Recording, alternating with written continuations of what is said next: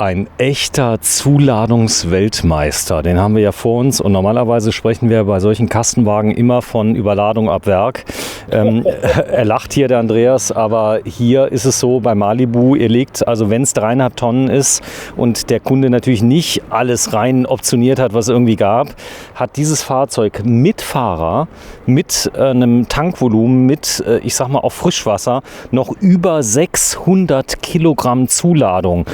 Das bedeutet, du kannst das Auto hier wirklich mit 600 Kilo, klar, Beifahrer geht noch ab, aber da habe ich immer noch 500 Kilo, die ich zuladen kann. Und das ist das, was viele Leute wollen. Das ist also echte 3,5 Tonnen und nicht irgendeine Mogelpackung. Nee, das ist schon verdammt viel. Also ich sag mal so 350, 400 Kilo, die sollte man an Nutzlast haben. Und hier ist man tatsächlich bei um und bei 500, 550 Kilo Zuladung. Ja, ich habe mal eben nachgeschaut. Also leer wiegt da 2888. Das nehmen die sehr ernst. Jedes Fahrzeug wird ja verwogen, wenn es ab Werk kommt, wird eingetragen, das Gewicht, steht im Fahrzeugschein mit drin. Richtig. Das gilt aber mit Fahrer, ich glaube 75 Kilo, dann ist der Tank 80% oder sowas? 90% ist der Kraftstofftank gefüllt, 20% der Wassertank und eine 11 Kilogramm Gasflasche in Aluminium. So, diese Fenster hier sind optional, aber sie gehören einfach zum Malibu dazu, wie. Genau, wie Duft zum Parfüm, ja. Ist so. Und das sind die Bullaugenfenster, die sind optional. Genau, die sind optional, die sind auf der Beifahrerseite, sind die zum Öffnen. Beim 600er für mich eigentlich eher eine Muss-Option, weil ich ja quer schlafe, kann ich dann hier auch nochmal direkt am Kopf quasi ein bisschen Belüftung ins Auto hineinbringen. Hab natürlich auch hinten im Heckbereich die beiden Fenster, die sind natürlich auch beide zum Öffnen, überhaupt keine Frage. Und so kann ich eben auch im Sommer eine komplette Querdurchlüftung im Schlafbereich bringen. Ne? Und bringen natürlich auch Licht ins Fahrzeug. Ja, wer also mutig ist, oder ich sag mal durchschnittlich mutig ist, kann im Zubehör ein Fliegengitter für das Heck kaufen. Sogar, es gibt für Fiat Ducato, glaube ich, alles. Du kannst sogar ein Heckzelt kaufen, was du hinten dran machen kannst. Es gibt ja kein Fahrzeug, was mehr und länger am Markt im Freizeitbereich unterwegs ist wie der Fiat Ducato. Deswegen gibt es da natürlich auch fast alles für. Ne? Ja, das Starke ist, dieses Fahrzeug ist verfügbar. Du hast Dutzende, wenn nicht Hunderte Fahrzeuge im Vorlauf. Dein ganzer Hof steht voll mit verfügbaren Fahrzeugen. Mhm. Das ist so, Kenner wissen das, kommen hierher, werden fündig. Und das liegt doch ein bisschen daran, dass du unglaublich viel vorgeordert hast. Das liegt wohl nicht daran, dass die keiner kaufen möchte. Nee, das ist ganz sicherlich, das ist genau richtig, wie du das sagst, ist ganz sicherlich auch eine mutige Entscheidung. Wir gehen schon ein ganzes Jahr im Vorfeld, also bevor überhaupt ein Kalenderjahr bzw. Modelljahr anfängt, gehen wir schon in die Vororder rein und sagen, wir nehmen so viele Fahrzeuge vom 600er und so viele vom 640er, also die einzelnen Baumuster werden vorgeplant und auch dann, wann die geliefert werden sollen. Und so kommen die Fahrzeuge dann auch, ich sag mal, mit plus-minus Verzug, kommen die dann auch bei uns auf dem Handelsplatz. Sicherlich auch ein unternehmerisches Risiko. Wer nichts wagt, der nichts gewinnt, weil es ist immer schwierig. Ich muss ein Jahr im Voraus schon in eine Glaskugel hineinschauen. Aber bis jetzt gibt uns dieses Konzept recht, weil wir haben halt immer relativ viele Fahrzeuge, die direkt verfügbar sind. Also wer sich ein bisschen auskennt, sein Auto aufrüsten möchte, ihr habt ganz viele Staufächer, die man benutzen kann, unter anderem auch um Technik unterzubringen. Mhm. Das würde gehen hier bei dem Fahrzeug. Vielleicht, was ist da drunter jetzt? Der schreit ja förmlich nach Nachrüstung. Ne? Also hier habe ich zum einen ein Staufach und dann ist zum anderen hier, wo das Loch drin ist in dieser Holzplatte, die kann ich hochnehmen. Da sitzt die Truma 6 Heizung drunter. Eine 6er. Das ist eine 6er.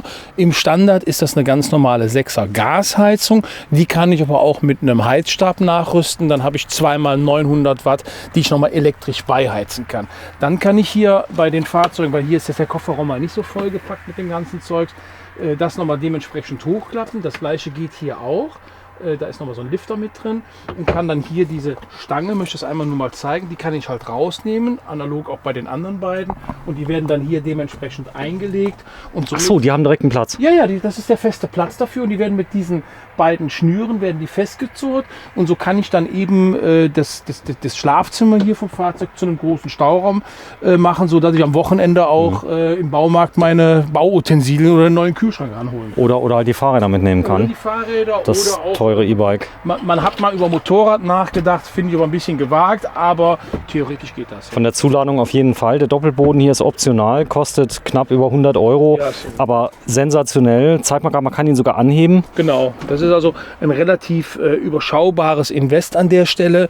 Und ich habe da hinten, wo jetzt diese Plane halt vor ist, dieses graue Tuch, das kann ich wegknöpfen. Da habe ich nochmal die Möglichkeit, das ist so eine Art Kleiderschrank, wo ich nochmal Sachen einbringen kann, die ich nicht jeden Tag brauche. Was ziemlich cool ist rechts der Wassertank. Ah ja, das wollte ich dir mal zeigen. Da haben Ja. wir jetzt oft drüber gesprochen. Ich habe es dir aber nie gezeigt. Das machen wir jetzt einfach mal. Die Serviceklappe. Einfach nur hochklappen. Hier ist der Wassertank drin. Ja, der liegt also voll im beheizten Bereich. Der hat 100 Liter beim 600er und beim 640er halt dementsprechend. Und hier kann ich den auch dann dementsprechend das Wendelrad öffnen und dann kann ich den auch entleeren. Genau. Okay, so einfach ist das. Das geht direkt nach unten ab. Das heißt, ich kann ihn ruckzuck winterfest machen. All das lerne ich hier. Du hast einen kleinen Workshop. Wenn ich so ein Auto kaufe, der geht so 1-2 Stunden. Da kriegt man die Sachen gut erklärt, oder? Ja, genau. Also das ist das eine, wo wir sehr viel Wert drauf legen. Jede Fahrzeugauslieferung wird sehr individuell, ich sag mal, auf den Kenntnisstand des Kunden abgebildet. Im Regelfall gehen wir mal davon aus, dass er erstmal nichts weiß und wir fangen von Null an. Wir haben auch für jeden Fahrzeuggrundriss ein sogenanntes Tutorial, was wir dem Kunden 14 Tage vor Auslieferung zuschicken, damit er sich schon mal, ich sag mal... Video oder was? Video, genau. Ich habe für jedes Fahrzeug eine Video-Bedienungsanleitung, wo ich im Grunde genommen die gesamte Fahrzeugübergabe schon mal vorstelle. Jede einzelne Komponente im Fahrzeug wird dann gezeigt und das kann der Kunde sich dann schon mal in Ruhe zu Hause angucken. Bringt zwei Dinge mit sich. Zum einen, der Kunde kommt hierher und ist schon mal etwas aufgeklärter und zum anderen kann er Fragen, die zu Hause in Ruhe im Wohnzimmer entstehen, hier nochmal speziell zeigen und werden dann von unserem Produktmanager bei der Fahrzeugübergabe nochmal ganz genau erklärt. Ja? Also ich möchte eigentlich, dass wenn der Kunde hier vom Hof fährt, dass er sein Auto bereits kennt, als wenn er schon Jahre damit unterwegs ist. Sag mal, wenn ich das Fahrzeug noch einbruchssicherer machen möchte. Es ist ja natürlich eines der meistverkauften Nutzfahrzeuge. Die bösen Jungs wissen, wie man sie öffnet. Ja. Ihr habt die Möglichkeit, die hardwaremäßig richtig zu verriegeln. Genau. Das kann ich mitkaufen bei dir auf Wunsch. Ja, da gibt es ja diese Safe-Lock-Systeme halt für die Türen, Schiebetüren und Eingangstüren halt dementsprechend zu öffnen. Ich sag mal, grundsätzlich gilt ja immer, man muss es dem Dieb so schwer wie möglich machen. Wenn er woanders dann einen sieht, der die Sicherheit nicht hat, dann geht er eher auf das Fahrzeug. Auf der anderen Seite, wenn die rein wollen, die kommen rein, die machen nur mehr kaputt. Ich bin eher so ein Freund von dann Alarmanlagentechnik. Keiner macht sein Vorhaben zu Ende und bricht in Ruhe ein, wenn da so eine Sirene oder so losgeht. Halte ich für den besseren Weg, als wie jetzt da die Autos zu verrammeln wie Fort Knox oder so. Damit, aber wenn es einer haben möchte? Wenn es einer haben möchte, wir bauen hier alles ein, was der Kunde möchte. So, das werden wir gleich mal von innen sehen. USB-Steckdose hier. USB-Steckdose. Das Licht nochmal hier über den Kippschalter an- und ausschalten. Das gleiche auch da vorne, dass ich jedes Mal aufstehe. Hier schön auch, vielleicht nur einen Satz dazu. Ja. Das ist ein Brett, nicht damit keiner rausfällt, sondern kann man rausnehmen, übrigens, damit man das Rollo nicht kaputt macht. Genau, richtig. Wenn du jetzt da drin liegst und drehst dich, damit du mit deinem Ellenbogen jetzt hier nicht das Rollo abhauen kannst, das sieht man, wenn das gleich geschlossen ist, ist das halt in den ersten 20 Zentimetern hier quasi als Schutz fürs Rollo. So, und das Ganze ist übrigens unglaublich getönt, was natürlich in den Ferienorten viel Spaß macht, aber es hat einen netten Nebeneffekt. Selbst wenn ich jetzt hier durchgucke, ich kann nicht reingucken. Das heißt, ich habe also erstmal rein. Genau, die sogenannte Privacy-Verglasung macht das Ganze halt eben dementsprechend schlüssig. Gut, es gibt immer Leute, die sagen, Menschenskinder, warum habt ihr keine Rahmenfenster, eingebaute Fenster halt dementsprechend? Wir gehen nach wie vor noch diesen Weg her. Ich finde es gerade an der Hecktür optisch etwas schlüssiger als wie die kleinen Schießschächte hinten dementsprechend. Carthago Malibu hat sich natürlich mit dem Thema schon die letzten 2 Modelljahre immer sehr intensiv auseinandergesetzt. Wir gehen nach wie vor noch den Weg. Es gibt viele praktische Tipps dafür, die eben ganz klar für dieses Fenster oder diese Lösung hier sprechen. Ja, 600 Kilo Zuladung, das schreit nach einer Bühne für einen Roller. Sowas habt ihr in der Nachrüstung? Ja, das geht natürlich, nur ist sehen wir 600 Kilo Zuladung 1. Man darf auch Achslasten nicht vergessen. Ja, ist er hinten dann etwas schwerer, vorne entlastet? Ja, genau, richtig. Da machen wir ein Wheelie mit dem Auto. Ne? Ja. Nur wir haben ja Frontantrieb. Also man muss immer schauen. Klar habe ich hier nochmal deutliche Gewichtsreserven. Wenn ich jetzt hier nicht so ein mega großes Motorrad mitnehmen Eigentlich möchte. ein kleiner Roller, 130 Kilo. Ja, das geht sicherlich. Das ist überhaupt kein Problem. Wobei ich dann auch schon anfangen würde, tatsächlich so ein Auto hinten mit einer Luftfederung auszurüsten, um es halt einfach so ein bisschen zu nivellieren. Das geht. Ja, das geht, ja. So, komm, wir machen mal hier an der Seite auf. Ja. Das Schöne hierbei ist das integrierte Verdunklungssystem. Komm, wir zeigen es mal kurz. Genau. Also das geht ruckzuck. Ja, genau. Du hast hier diese Plissis, das ist ein Handgriff, sind die rausgezogen und das ist wirklich komplett blickdicht. Also da tritt gar kein Licht nach außen oder Sonne nach innen. Ist natürlich auch, wenn du von der anderen Seite mit deiner Kamera schaust hier, das ist natürlich dann auch hier so ein bisschen beschichtet halt dementsprechend, also reflektierend gehalten, so dass dann... Ist aber nicht so silber, wie das früher mal war, sondern es ist so eine Perlmuttbeschichtung drauf. Genau, richtig. Und wirft halt die Wärme wieder zurück. Und so ist es halt wieder eigentlich sehr schön integriert hier. Fällt also quasi kaum auf. Der hat jetzt schon das neue Fiat 8 Cockpit drin, mit dem neuen Tachometer halt drin. Ist jetzt leider keiner mit dem digitalen Tachometer. Müssen wir gleich mal gucken, ob ich noch einen oder schon einen im Bestand habe. Ich hatte schon welche, aber ob die nicht schon verkauft sind, kann ich gerade aus dem Kopf nicht beantworten. Gucken wir uns an. Da ist eine der Aufbaubatterien drin. Auch die könnte man tauschen gegen Lithium, beziehungsweise hier ist ein Ladegerät jetzt mit drin. Genau, die Aufbaubatterie sitzt gleich dahinter. Ja. Hier ist das CBE halt drin, also Ladegerät mit Steckplatzsicherungen sind dann halt dementsprechend drin. Das ist eine integrierte Einheit beim Malibu. Gleich dahinter sitzt die Batterie, die hat serienmäßig 80 Ah oder ich kann die auch eben auch austauschen gegen eine Lithium-Ionen-Batterie. Hier die Fußheizung, siehst du? Ja, also das hat zwei Gründe. Zum einen Fußheizung und zum anderen sitzt ja da unser Akku drin und das Akku liebt es natürlich, wenn es warm gehalten wird und so wird das Akku auch nochmal direkt mit einem Heizstrahl auch angestrahlt. Zusatzbatterie würde unter dem Beifahrersitz verbaut. Geht natürlich auch, dass ich so ein Auto mit 2 Lithium-Ionen-Batterien ausrüste. Ja, wer dann die völlige Autarkie haben möchte. So, der hat jetzt schon Lithium drin. Das hier ist der Autarkiemeister. Nee, der hat kein Lithium drin, der hat eine ganz normale AGM-Batterie drin. Werden aber immer günstiger. Also ich denke, so 100 Ampere-Stunden gibt es schon für einen Tausender.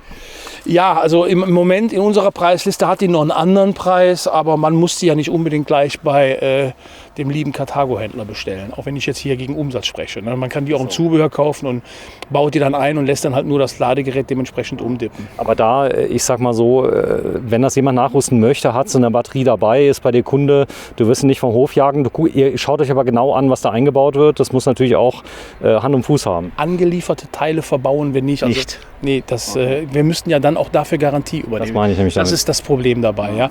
Aber das muss ja auch dann nicht unbedingt in dem Augenblick bei uns eingebaut werden. Ne? Okay, da ist wahrscheinlich auch jemand bekannt. Da bin ich offen für sowas, ja. So, sehr schön. Also, du machst das Ganze nicht erst seit gestern, bist jetzt Händler seit 6 Jahren für Karthago. Ja.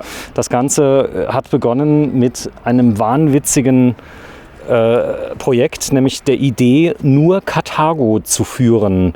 Du hattest dir vorher die Fahrzeuge ausprobiert und hast auch selber Karthago gefahren, bist dann darüber gefahren, hast gesagt, ich will hier in Aldenhofen den größten Parkplatz für Karthagos, für neue Karthagos machen.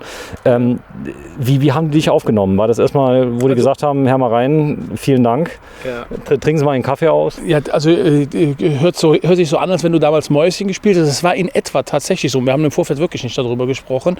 Als wir 2013 mit der Idee gestartet sind und wollten Reisemobilhändler werden, sind wir wir waren nicht nur bei Karthago, wir waren auch noch bei 3, 4 anderen Herstellern, hatten aber tatsächlich Karthago von vornherein ganz stark im Fokus als Favorit abgesetzt. Und als wir unseren Businessplan damals der Branche vorgestellt haben, nicht nur gegenüber den Herstellern, sondern auch bei den Banken, ganz klar, da sind ja natürlich auch Banken mit im Boot gewesen, zumindest am Anfang sehr stark, da haben die wirklich genau das gefragt, was du gerade gesagt hast.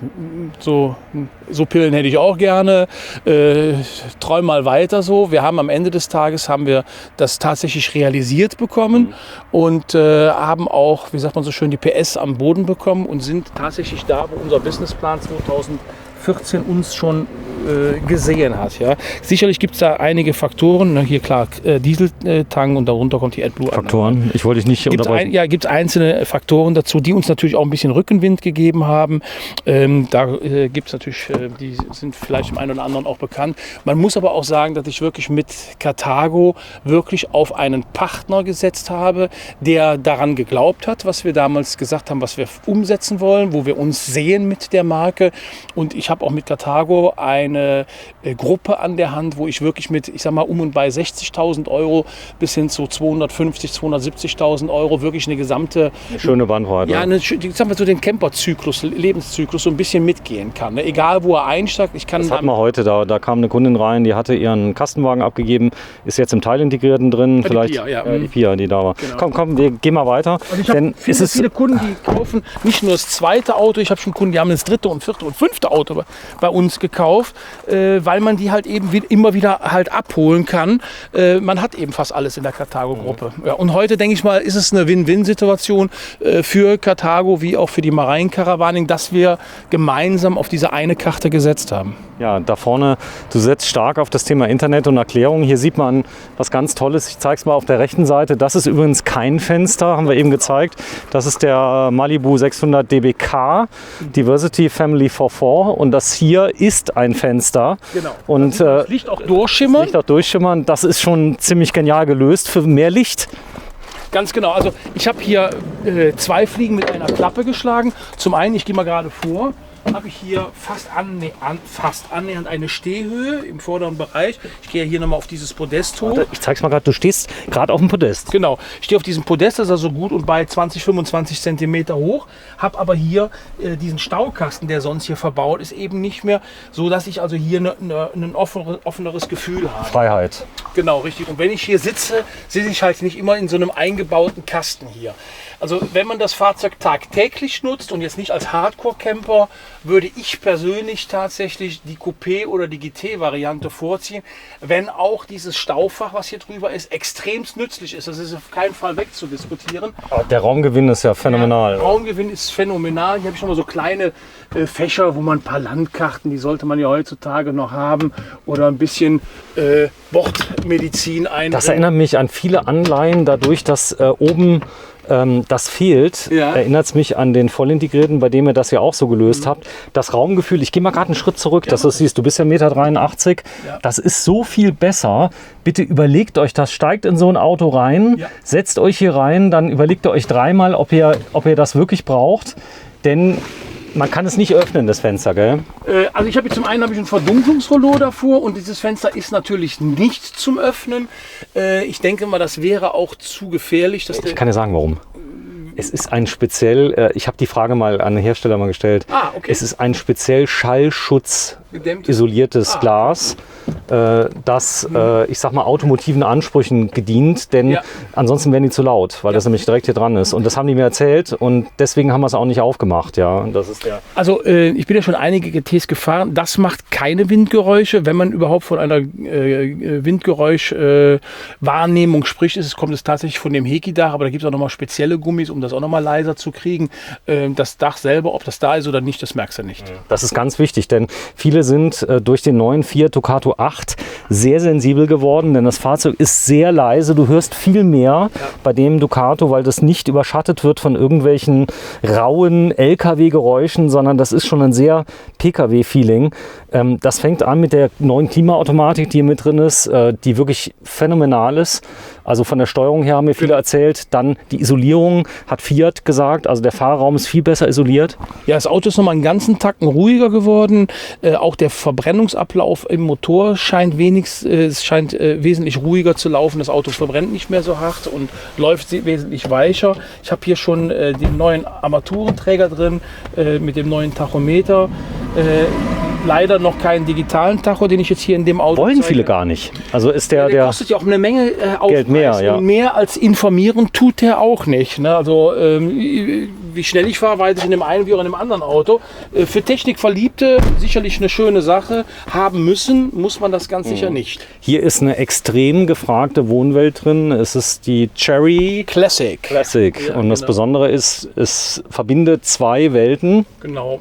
Nämlich das moderne helle Holz, die Optik wie im Flugzeug und guck mal, das hier ist so ein genialer Ton, den ich einzeln nicht bestellen würde. Aber in Verbindung mit dem hellen Holz wirkt es so edel. Also es wirkt einfach stimmig in dem Auto, weil es einfach miteinander abgepasst ist. Ja? Ich meine, wir haben ja wirklich eine ganze Designergruppe bei uns in Aulendorf. Es gibt zwar immer wieder mal Stimmen, die sagen, Mensch, Karthago, Malibu, altbacken, wann fangen die mal an, moderne Autos zu bauen? Stimmt gar nicht. Man muss sich die mal alle anschauen. Es gibt sicherlich auch Fahrzeuge wie das allererste, wo wir uns angeschaut haben, wo es, ich sag mal, etwas gediegener zugeht, um es vorsichtig auszudrücken. Aber es gibt ja nun mal auch einfach Menschen, die das einfach schön finden.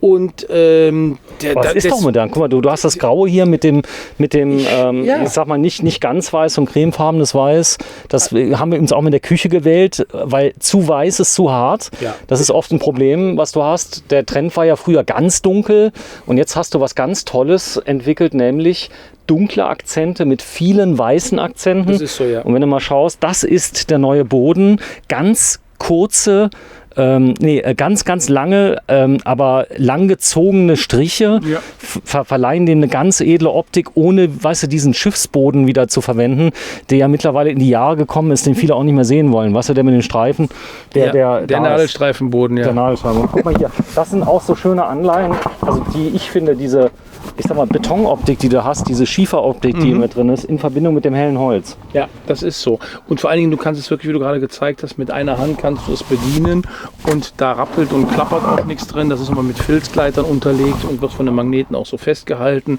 Ich habe da unten meine Schalter für Licht und Trittstufe und noch eine 220 Volt Steckdose verbaut. Ich habe hier auf dem Podest, auf dem ich stehe, darunter ist nochmal ein schönes großes Staufach. Möchte ich dir vielleicht gerade noch mal zeigen. Bitte. Warte mal, da steht Man kann es gar nicht oft genug zeigen. steht eine Kiste, aber die wird Das Staufach steht von alleine. Ja, genau. Sollte ich jetzt eigentlich trotzdem öffnen? Ja, geht. Genau, Staufach steht von alleine, wie du gerade schon gesagt hast. Vernünftige Metallscharniere, riesengroßer Platz drunter. Da kann ich entweder Schuhe reinmachen oder Kabel oder was auch immer oder Lebensmittel oder auch Bochtechnik drin verbauen.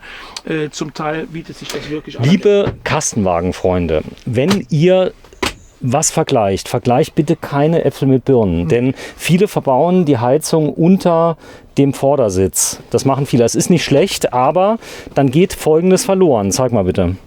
Das ist nämlich hier, du kannst diesen Vordersitz hochklappen, hast zwei riesen Stauräume, die du nicht mehr missen möchtest. Nee. Egal, was du da reinbaust oder einfach nur reinlegst, da passt ein Kasten Bier rein. Ja, genau, völlig egal. Nicht nur, dass ich da hinten ein riesen Staufach habe, wo ich wirklich mit einem Handgriff drankomme. Du siehst, man hat hier extra so einen Aufsteller hingemacht, wo ich das wirklich dann hochheben kann. Ich muss also noch nicht mal das Polster irgendwie wegnehmen.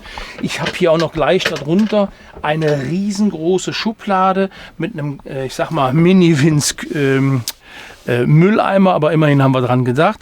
Da kriege ich wirklich alles rein. Ob es jetzt Töpfe, Pfannen sind oder, weiß ich nicht, Schuhe, was man immer da reinmachen möchte. Das ist wirklich ein Riesenfach. Und hier ist wirklich jeder Winkel ist ausgenutzt. Auch dass dieses Podest bis hier hinten gearbeitet ist, hat ja einen ganz nützlichen Mehrwert. Ich kann, wenn ich hier sitze, wirklich meine Füße kann ich hier aufstellen, die baumeln nicht irgendwo in der Luft drin. Und ich habe durch diese Tischverlängerung auch die Möglichkeit, selbst hier vom Beifahrersitz aus nochmal zu Frühstücken oder einen Kaffee oder was zu trinken. So kann ich hier tatsächlich mit 4 Personen sitzen und morgens mein Frühstück zu mir nehmen. Ne? Das Ganze natürlich ohne Fliegen. Zeig mal bitte. Nee, natürlich mit Fliegengitter. Und mit Fliegengitter? Ja, ein riesen Nein, ohne Fliegen, sagte ich. Ach so, ohne Fliegen, genau. Ich habe eine riesen Fliegengittertüre drin. Die ist auch, ich sag mal, gegen Starkwind geschützt und kann die halt eben ganz bequem öffnen oder schließen. So, ich zeig mal was Tolles. Ja. Der Kühlschrank ist bewusst hier nicht verbaut worden, weil wir nämlich eine Schubladentiefe haben, die in der Klasse mit Kühlschrank gar nicht möglich wäre. Fangen wir mal mit der an, ganz genau. Wir haben also hier eine wirklich extremst breite Schublade mit den Besteckkästen halt dementsprechend drin, in Holz gearbeitet, kein Plastik. Alle Schubladen haben diesen Soft Close. Immer schön warten, bis die Schublade drin ist. Erst dann über den Pushlock schließen. Und hier nochmal eine riesen Schublade, wo ich nochmal alle Sachen einbringen kann, die ich im Küchenbereich so benötige. Und hier unten drunter ist nochmal, das ist wirklich sensationell. Klar ist das eine riesen Schublade, verleitet leider oftmals auch dazu, die zu schwer zu beladen. Da muss man immer noch ein bisschen manchmal den Menschenverstand einschalten. Aber über 600 Kilo Zuladung lassen es auch zu, dass du ein bisschen was reinladen kannst. Das Auto ja, aber Möbelbau ist immer eins. Ja. Und wenn ich jetzt hier, ich sag mal, das ganze Ding voll packe mit den schweren Edelstahltöpfen, dann wird das irgendwann auch zu viel für so einen Küchenboden. Okay, das heißt, ich darf meine Lieblingsravioli nicht, doch, die könnte ich aber wo reinstellen, wo sie direkt am Boden stehen. Wie zum Beispiel. Ich würde die ja jetzt da rein tun. Also wenn ich jetzt du wäre, wären meine Ravioli da drunter. unten. Ich mag Ravioli überhaupt nichts. Ich hab gestern 2 kleine Dosen kalte Ravioli gegessen. Kennst du das? Die kenne ich nicht. Zweimal Bio allerdings aus Frankreich. Komm, wir reden über was anderes. Nämlich über das 2-Flammen Piezo Kochfeld von Dometic. Das ist einer der namhaftesten. Komm, ist gut. Ja, mit den Ravioli habe ich immer so eine Geschichte. Muss ich ganz schnell erzählen. Also komm, ganz in Kurzform. Also unsere Tochter, als sie früher noch klein war und hat irgendwo bei einer Freundin oder Bekannten geschlafen, da war immer das Essen total super. Und die uns bald heiratet. Meine Tochter, die heiratet jetzt am Donnerstag, genau. Und da war immer, Essen war immer bei den Freundinnen und Bekannten war immer viel, viel besser. Und dann haben wir immer gefragt, was gab es denn? Ja, Ravioli, dies, das, jenes. Und das, was meine Frau gekocht hat, war immer bläh und schon wieder und dies und das und jenes. Und irgendwann war meine Frau satt und hat eine Woche lang nur Ravioli auf den Tisch gestellt. Und am zweiten Tag kam dann die Frage, was ist das denn? Ja, Ravioli ist doch deine Lieblingsspeise. Und am dritten Tag, Mama, kannst du nicht wieder ganz normal kochen? Also so haben wir unserer Tochter die Ravioli ausgetrieben. Deswegen Ravioli gehen bei uns im Haus überhaupt nicht. Sag mal, wenn ich aber jetzt nicht so auf Storys stehe, schmeiß es raus. Nein, ich meine, wenn ich hier einfach mal gucken will, habt ihr hier so Verkäufer, die Leute abpassen mit so Märkchen, dann sagen, hallo, kann ich Ihnen helfen? Ja, genau. Die ganze Zeit? Oder darf ich hier auch mal unbehelligt einfach nur mal stöbern? Ja, also es läuft bei uns tatsächlich so. Ich sag mal, jeder Kunde braucht Luft und Zeit zum Atmen. Wenn einer auf den Hof kommt, dann wird er sicherlich erstmal 5 oder 10 Minuten komplett in Ruhe gelassen. Das halte ich auch für wichtig. Dann wird er aber zumindest mal angesprochen. So sollte es im Idealfall sein. Es kommt natürlich auch mal vor, dass alle Verkäufer besetzt sind. Dann passiert das leider nicht. Nichtsdestotrotz haben wir vorne einen Empfang. Da sitzen 2 Damen, die sind immer da für jede Frage zu haben und die werden dann auch dementsprechend. Ich ganz oft, ich wurde nicht angesprochen. Also ich bin da rumgelaufen wie Falschgeld. Bei uns? Nein, bei dir nicht. Ich habe das auch schon mal gelesen. Das kann eigentlich nicht sein, denn es ist wirklich jeder beschäftigt. Ich habe ja keine Mitarbeiter auf Abruf, sondern die sind hier immer beschäftigt. Tipp bei dir ist, wir drehen gerade hier an einem Montag. Vielleicht muss es nicht immer der Samstag sein, wenn man hier gucken kommt. Samstag ist echt ein blöder Tag, muss ich wirklich sagen. So ab 10 Uhr ist bei uns ein Samstag wie in Düsseldorf die Messe. Hier ist was los, das ist wirklich furchtbar. Und ich habe samstags immer Verkäufer zu wenig. Wenn einer wirklich auf Beratung steht, im Idealfall anrufen und einen Termin machen. Wir versuchen eben, um das genau noch zu Ende zu bringen, wirklich den Kunden atmen zu lassen und dann halt eben kurz anzusprechen, dass er weiß, wir sind da. Und wenn er irgendetwas sehen möchte, kriegt er gleich den passenden Schlüssel fürs Fahrzeug oder wir sagen ihm, wo was steht, weil die Fahrzeuge stehen hier nach einem speziellen Konzept halt. Und wenn einer sagt, ich möchte einfach nur mal mich umsehen, dann sollte er sich umsehen. Ob es eine Stunde ist oder ein halber Tag, dafür stehen die Fahrzeuge. Was ich toll finde, ist, ihr habt alle Fahrzeuge bestromt, ihr habt sie auch an. Das heißt, teilweise, wenn der Kunde das vorher ankündigt, könnt ihr die Heizung sogar mal anmachen. Das ist wichtig, denn dass sich der Kunde auch mal wohlfühlt. Wie fühlt sich das Auto im Winter an, wenn die Heizung läuft? Weil das ist vielen ganz wichtig. Also ideal ist es natürlich immer, wenn ein Kunde sich vorher terminlich anmeldet. Nicht, weil wir hier irgendetwas herrichten müssen, weil wir irgendwas verstecken müssen, sondern ganz einfach, damit wir wirklich für den Kunden auch die Zeit eingeplant haben, um ihn fachgerecht zu beraten. Weil so ein Wohnmobilkauf ist eine sehr, sehr individuelle Entscheidung. Natürlich kann ich so ein Auto wie von der Stange einfach so mitnehmen, aber das bleibt meistens nicht dabei. Und da muss der Kunde auch einfach, ich sag mal, ein bisschen Zeit mitbringen. Und wir müssen uns auch einfach diese Zeit nehmen. Und das tun wir auch sehr gerne. Komm, wir zeigen mal, was unter der Klappe ist. Gerade dabei sind. Ein ganz großes Geheimnis dahinter, nämlich da ist einmal das Kontrollpanel, also einmal hier das Malibu Hauptpanel halt, wo ich halt jetzt hier Flüssigkeitsstände, Batteriezustände abrufen kann. Und hier ist das Bedienpanel für die Truma 6 Heizung. Es bleibt stehen, also ihr habt auch schon Kunden gehabt, die sagen, ich will das nicht haben, man kann es rausbauen, aber es ist schick, wenn es geschlossen ist. Das hier, achso. Ja, das war früher eben nicht der Fall. Früher gab es nicht so eine Klappe, da war es einfach immer offen. Und da hat es tatsächlich viele Kunden gestört. Alleine, dass diese LED-Lampe hier brennt so in der Nacht, das ist dann viel zu hell. Und der Mensch ist ja sehr unterschiedlich. Dem einen, den interessiert das überhaupt nicht und der andere findet das dann ganz schlimm. Jetzt hat man so eine Klappe davor, da kann jeder selber entscheiden. Jetzt kommt, wir haben ja 2021, demnächst 22, immer weniger Leute bestellen Fernseher mit, weil das Thema Tablet, PCs, Notebooks, kann ich ja gucken. Auch SAT-Anlagen sind nicht sehr mäßig montiert. Viel, aber oft bestellt sie die Vorrüstung, muss man sagen. Das heißt, also ihr rüstet die im Finale, weil dieses Fahrzeug ist sofort verfügbar. Ja. Das ist übrigens das, was die Leute bei mobile.de immer sofort draufschreiben, weil ganz viele inserieren ja Fahrzeuge, die sie im Vorlauf haben, wo man nicht sicher ist, ob sie überhaupt kommen. Wir reden hier über sofort verfügbare 22er Modelle. Wie hast du das gemacht?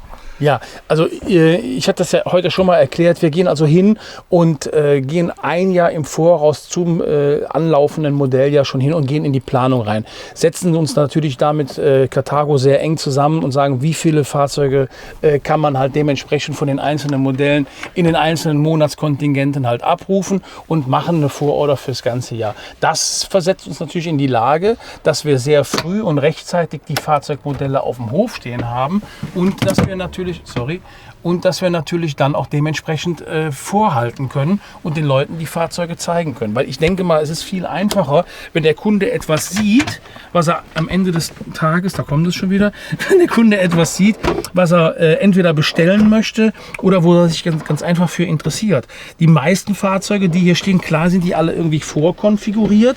Bei dem einen oder anderen kann es sein, dass man sicherlich einen Abstrich machen möchte, weil er nicht genau die Traumkonfiguration hat, aber er ist eben sofort verfügbar. Ja, ja, hier ist noch ein bisschen Kleiderschrank. Viele, sorry, ich wollte nicht unterbrechen. 22er Modellpflege ist nicht nur eine Modellpflege, wir reden über ganz viele Neuerungen. Fiat Ducato 8, damit fängt es an. Ja. Dann ganz viele Detaillösungen, auf die wir gleich mal eingehen. Das ist nicht nur, dass, ich sag mal, vieles verfeinert wurde, wie hier das Brett zum Beispiel, zeig mir das mal, für die Kaffeemaschine, ja, bei der übrigens die Kaffeemaschine, der Anschluss ist direkt da drüber. Genau, das ist direkt da drüber, aber dieses Brett haben wir eigentlich schon immer gehabt. Das ist jetzt keine Neuerung des Modelljahres 22. Aber was richtig Neues ist das Bad. Das ist neu. Das Bad jetzt weniger, viel mehr diese Türe ist jetzt halt ganz neu, die ist zweigeteilt. Das war vorher so ein Riesenbrecher, auch mit so einem Knauf einem, wo man auch schon mal mit der Jacke drin hängen blieb. Vorteil ist breiter der Durchgang? Der Durchgang ist breiter und die Türe wird als solches leichter und belastet die Scharniere nicht mehr so. Bei den alten Modellen sind die schon mal ausgerissen. Das passiert jetzt hier,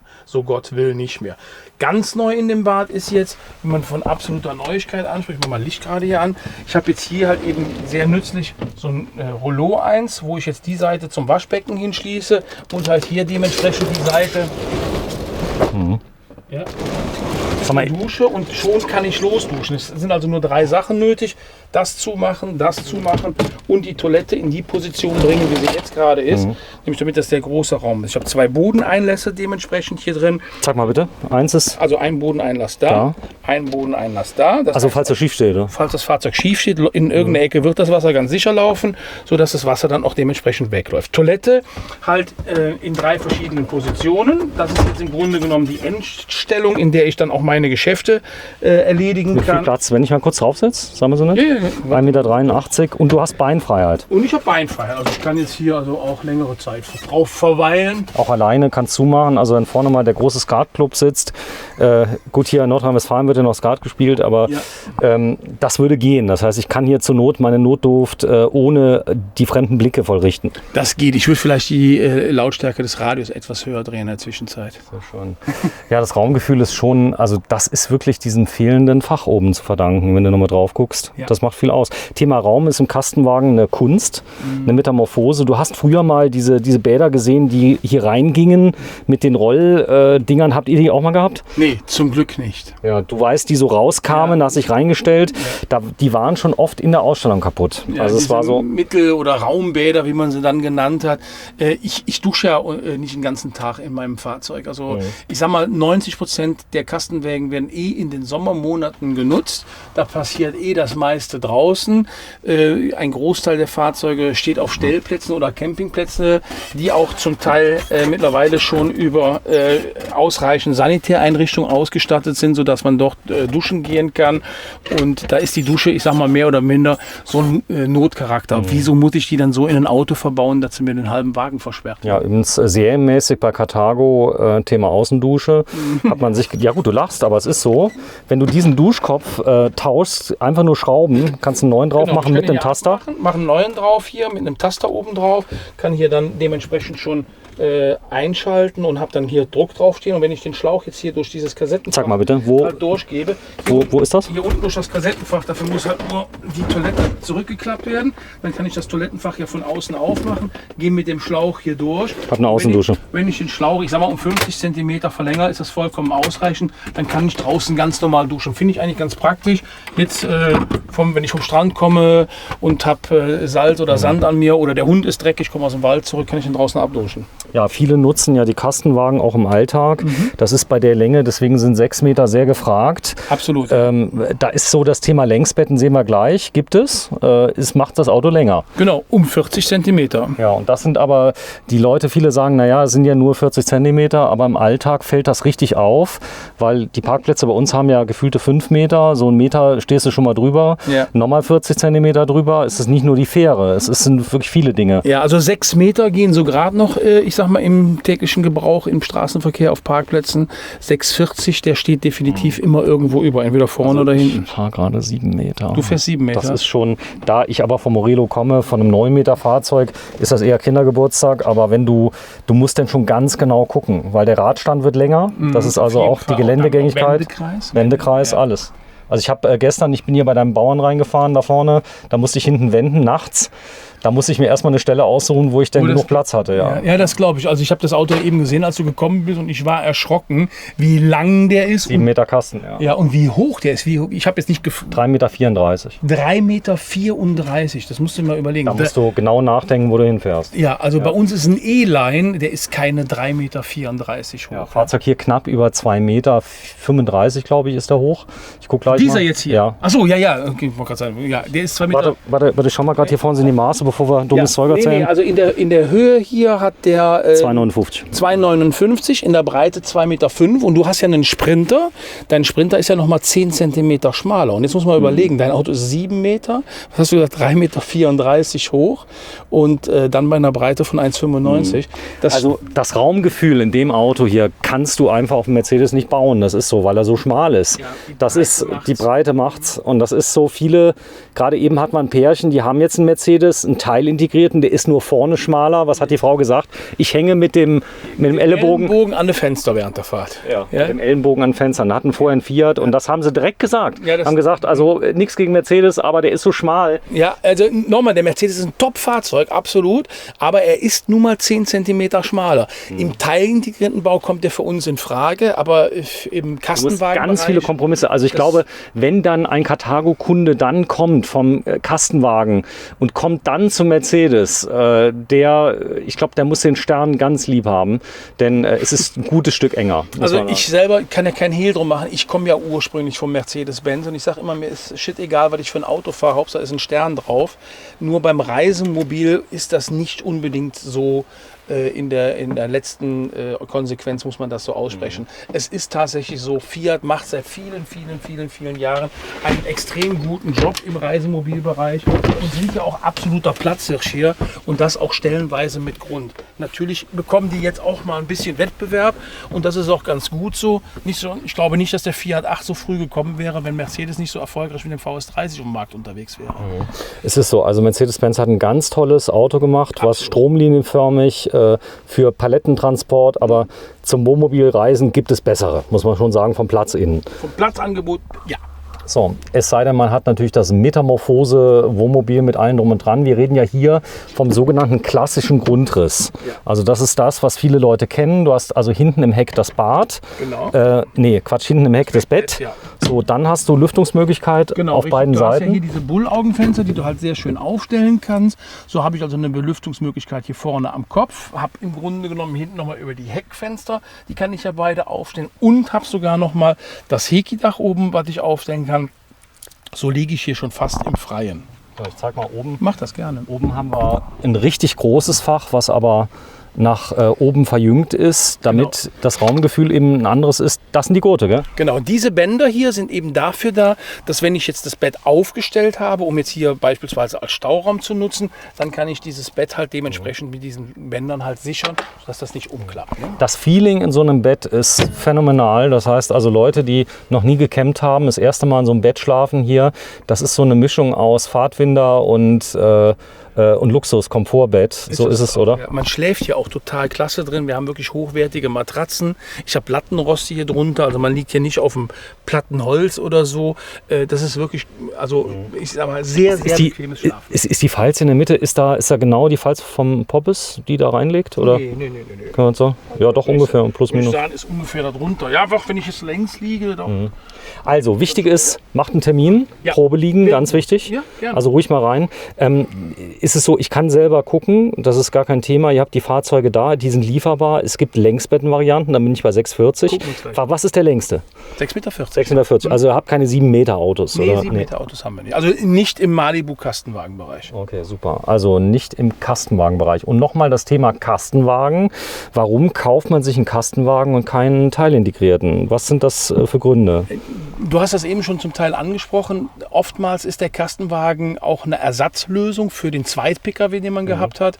Da geht der Zweit-Pkw weg, dafür wird der Kastenwagen gekauft. Den kann ich tatsächlich auch nutzen, um zum Büro zu fahren. Ich kann damit einkaufen fahren, habe gleich meinen Kühlschrank dabei. Das ist aber auch ein Lebensgefühl, dass man sagt, ich bin noch nicht der Vollcamper, sondern ich bin noch ein bisschen, ich stehe schon mal frei im Weinberg, ich nehme den Kastenwagen. Ich bin irgendwo zwischen den Welten. Also das ist der eine Punkt, das sind ein Teil der Kunden, die zu uns kommen. Zum Teil ist es aber auch so, dass es Leute sind, die schon über eine sehr lange Camper-Erfahrung sprechen, mittlerweile vielleicht schon in Richtung 70 gehen und sagen, ich möchte auf die Art und Weise des mobilen Reisens nicht verzichten, möchte aber nicht mehr mit so einem 8-9 Meter Trümmer durch die Gegend fahren. Und Stimmt, haben viele, die mir das sagen, wir verkleinern uns. Ganz genau, die dann auch sagen, es gibt keinen Hund, kein Katz, keine Maus, was mehr mitfährt, Kinder sind auch aus dem Haus, wir suchen nur noch was, wo wir von A nach B mitfahren und da ist der Kastenwagen auch dann wieder ganz weit vorne. Ja.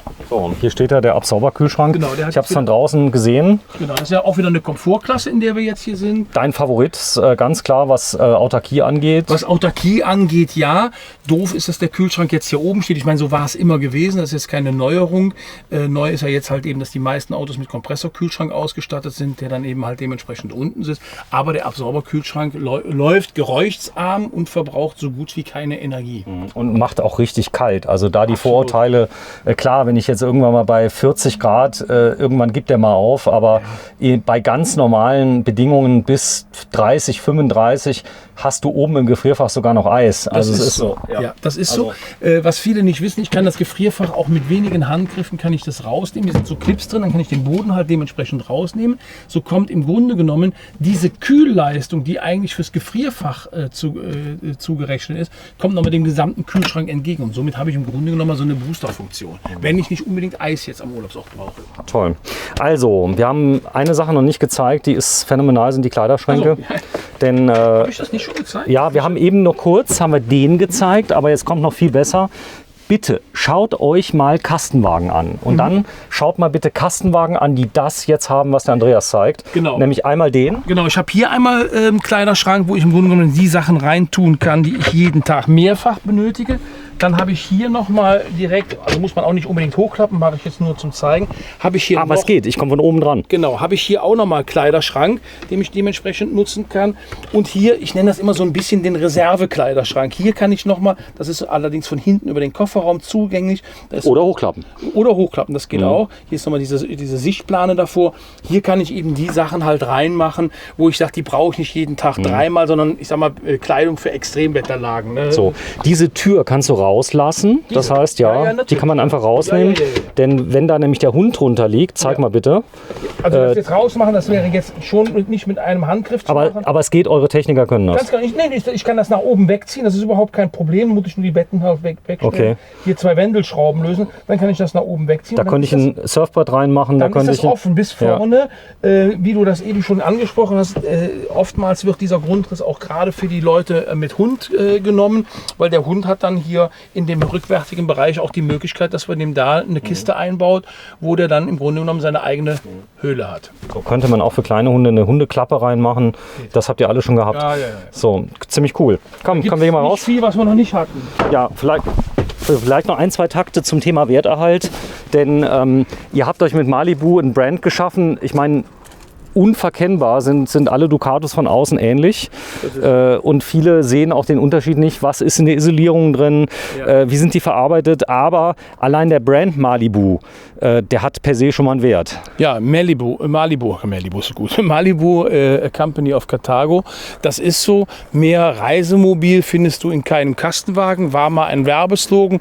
Der stimmt zum Teil auch. Ich habe ja wirklich sehr, sehr wertige Möbel drin verbaut. Von der Haptik, auch von der Akustik her. Die Polster sind ergonomisch geschnitten, sodass man da vernünftig auch drin sitzen kann. Lichtschalter und alles. Das hat schon eine sehr, ich sag mal, hochwertige Anmutung. Und das vor allen Dingen, ich sag mal, für ein echt vernünftiges Preis-Leistungs-Verhältnis. Und du hast einen ganz, ganz wichtigen Punkt angesprochen, die Werterhaltung.